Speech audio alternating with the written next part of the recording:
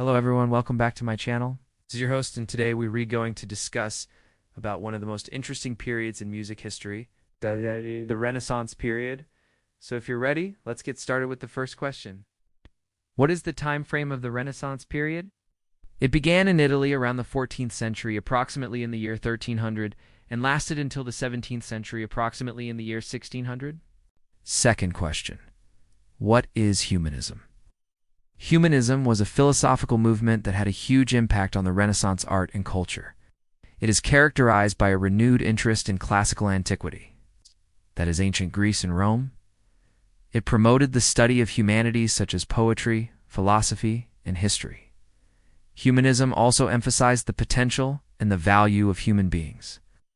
As a result, humanism encouraged the secular outlook on life rather than solely focusing on religion. What is the difference between medieval and Renaissance music? In general, the music of the Renaissance represents a departure from medieval norms. While medieval music was mostly monophonic or strictly in two voices, Renaissance composers experimented with more complex textures and incorporated more than three voices in their compositions. Another important contrast is that, whereas medieval music was primarily sacred, Renaissance music contained a greater proportion of secular works. Furthermore, during the Renaissance, there was an increased use of word painting or the depiction of the text through music. For example, when the text talks about something sad, the music becomes slow and quiet. And lastly, Renaissance music was notated in modern musical notation that is similar to the one we use nowadays. Whereas medieval music was notated in a medieval stave, this is the one where the lines and spaces were of unequal length. Now we are ready to tackle the next question. What are the distinctive characteristics of Renaissance music? First is the imitation and counterpoint. This is a technique where two or more independent melodic lines weave together to form a polyphonic texture. The second characteristic is word painting. Remember, this is the depiction of the text by the music. Next, the use of basso continuo. This is a musical accompaniment that consists of a bass line and a chordal instrument, such as the harpsichord. Then the use of homophone. This is a texture where one main melody is supported by chords or harmony. Lastly, there is a greater proportion of secular music. Secular music is non-religious music, like love songs, for example. Moving on, who are the important composers of Renaissance music? First, we have Giovanni Pierluigi da Palestrina. He's probably the most famous Renaissance composer, and he was a master of sacred music.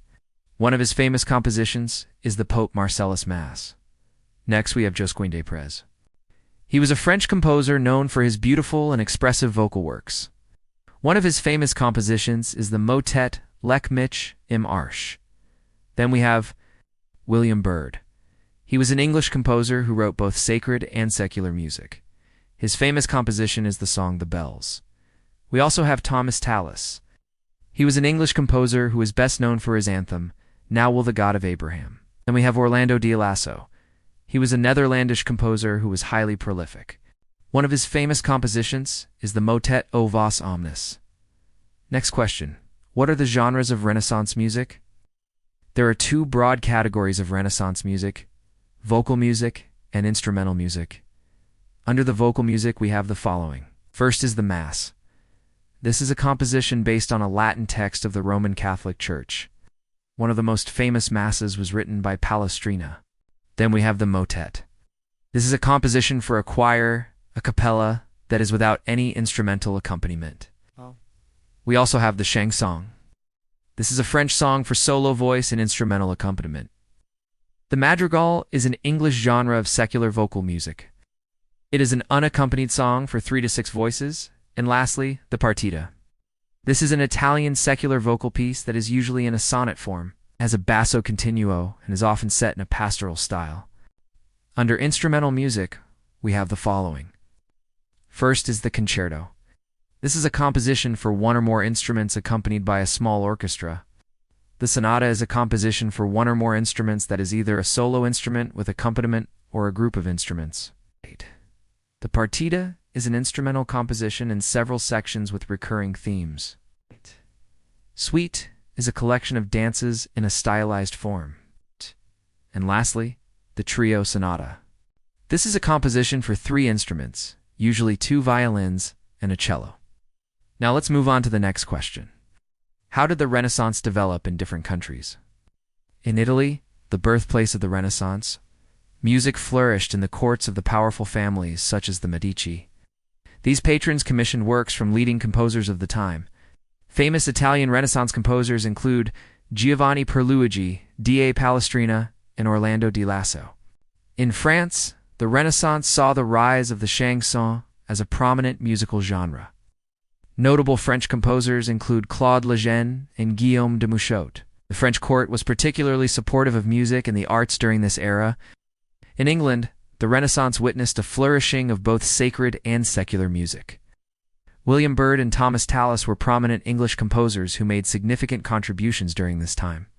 The Anglican choral tradition was greatly influenced by Renaissance music. In Germany, the Renaissance had a profound impact on church music. Composers like Johann Walter and Ludwig Senfl wrote influential works that shaped the German musical landscape.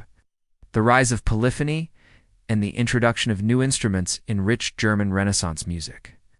And lastly, in Spain, the Renaissance witnessed the emergence of unique musical styles. Encomiendas, which are compositions for a solo voice and instrumental ensemble, became popular. Spanish composers like Francisco de Tedamente and Francisco Guerrero incorporated elements of Spanish folk music into their works. Okay, so how about we take a listen to some famous pieces from the Renaissance period? This is an example of a motet. This is Lec Mitchum Arsh by Josquin des Prez. This is an example of a mass. This is the Lec Mitchum Arsh Mass by Giovanni Pierluigi da Palestrina. This is an example of a chanson. This is the chanson Lec Mitchum Arsh by Claudine de Sermacy. This is an example of a madrigal. This is Weep, You Know More, Sweet Birds by Thomas Morley. And lastly, this is an example of a partita. This is the Canzona Lec Mitchum Arsh by Andrea Gabrieli. Alright, so now that we've listened to some pieces, let's try answering some questions. What instruments are used in this piece? How many voices or instruments are performing? What is the mood of the piece? Lastly, what is your reaction to the piece? Write your answers in the comment section down below. Okay, so what are the important things you need to remember in this lesson? First is the dates.